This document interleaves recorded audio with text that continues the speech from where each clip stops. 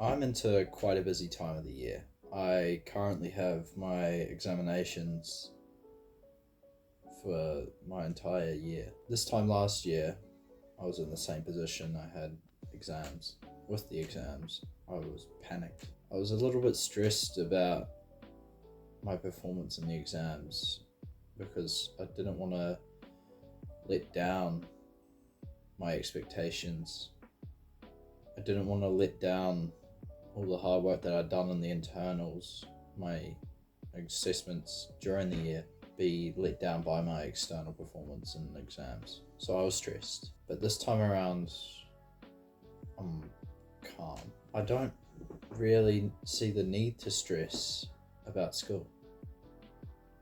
You see, I'd say I'm slightly above average academically. I'm not like a complete top level student, top 1% student, but I'd say I'm a decent academic student. Because of this, I don't need to put in as much study really. I do get decent grades without having to worry that much most of the time. I get top grades without having to worry much most of the time. And since I don't need to do well in externals, although it is nice, I'm not worried. School gets you conditioned to worry about exams and stuff, specifically for scholarships. When we go to uni, the prerequisites, in my country at least, are based on mainly the current year I'm in. Because next year when we apply for scholarships, we'll still be in school. So they base the scholarships mainly off your performance from this year that I'm currently in. So there's heavy emphasis on this year. Like, this year is the most important year. You got to do very well this year. And this emphasis, whilst it is important if you want to go to uni, it can make you stressed. But I just choose to look at it in a different way. Instead of being stressed like I was last year, I choose to just see the challenge. I know stress won't help me. Stress won't make me perform better. It'll only make me perform worse, actually. So if I am able to eliminate stress and anxious thoughts, then I will be more able to do my best work. Often it is a natural response to panic when given a challenge. We have an exam, or there's financial instability in our lives, or something, God forbid, terrible has happened, an accident has happened.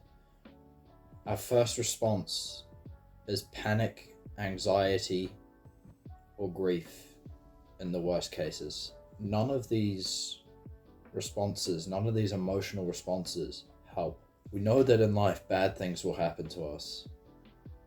So instead of being surprised and having these natural responses, we should prepare for them, knowing that they will come inevitably. We don't have to have these responses. We don't have to be anxious or stressed in response to such events. We can choose to just take on the challenge of the event. Like, for example, for me, I know exams are coming at the end of the year. Right from the very start of the year, I know when my exams are. So instead of forgetting about them until they show up, I know they're there, so I'm prepared for when they show up. I'm not going to be like, oh, I've got exams, oh, where, I've got to study, oh, I've done nothing. No, I've seen when they are.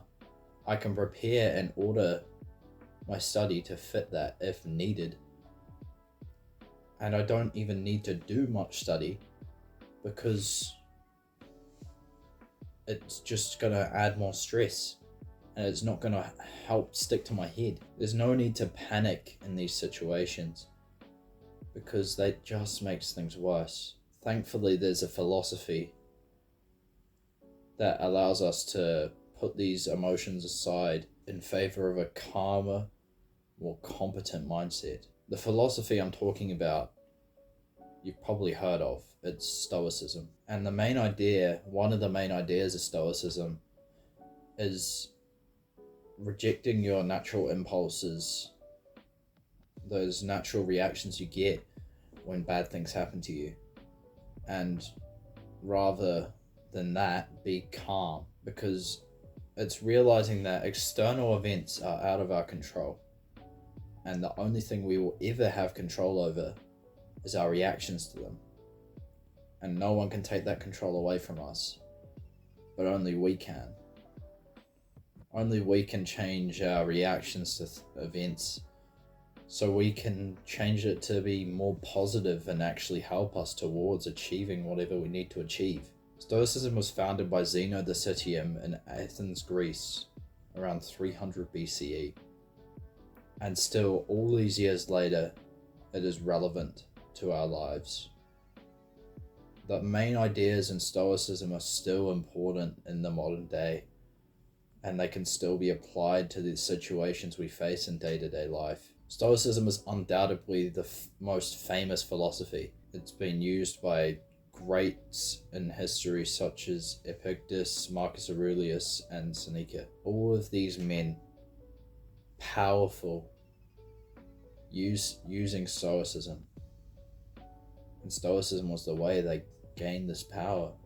Stoicism was how they became so influential. We must learn to change our reactions to things to become more positive. Of course, bad things are going to happen, and our first feelings are going to be negative, probably.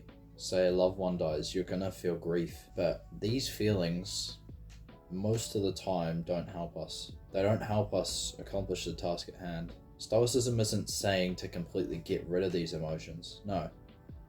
Rather, they're saying deal with them at a later date after you've accomplished the task that needs to be accomplished. If you focus your energy onto negative emotions, then you're not going to be able to perform the task to your best ability. And well, you might not have to deal with the pain of losing someone in warfare like you may have in older times, and continue fighting either way. There are still situations where something will go wrong and you'll have to suppress these negative emotions to perform to your best. Most of the time, why would we want these negative emotions? There's a quote from Seneca's Moral Letters, and it goes like this: "You cry, I'm suffering severe pain. Are you then relieved by expressing your emotions in an unmanly way?" What Seneca is saying is that, sure, you might cry to release emotion, but really, does that help? Because if you look at it from an outside perspective, as Seneca is saying here, and you're just sat here and you got tears rolling down your face and you go, it's not helping. Having a cry will not get rid of those emotions. You don't need to cry to get rid of grief, whilst you might want to and you might feel like that is the way. You don't have to. You can deal with your grief in different ways. Crying doesn't make your stress, your anxiety, your jealousy, any of these negative emotions go away. So why do it? This will only take our attention away from the task at hand, and we know that this is far more important than our emotions most of the time.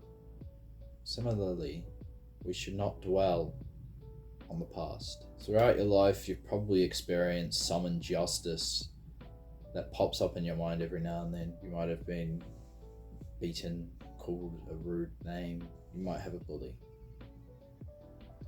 If your mind constantly comes back to this and you continue to dwell on it often, you're letting the bully win. Nothing happens when you're looking back at the past. What you should do instead is use previous injustices as motivation. Think of that time that bully called you a name and use it to motivate you. If we look back constantly and don't make any changes, we're proving the bully right. We have to use this as motivation to make change.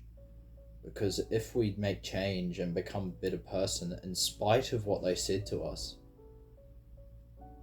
then it'll be the bully that regrets what they said. If we become an incredible person and a successful person, they're going to look back and they're going to be the ones that regret what they said. But if you go on to do nothing with your life,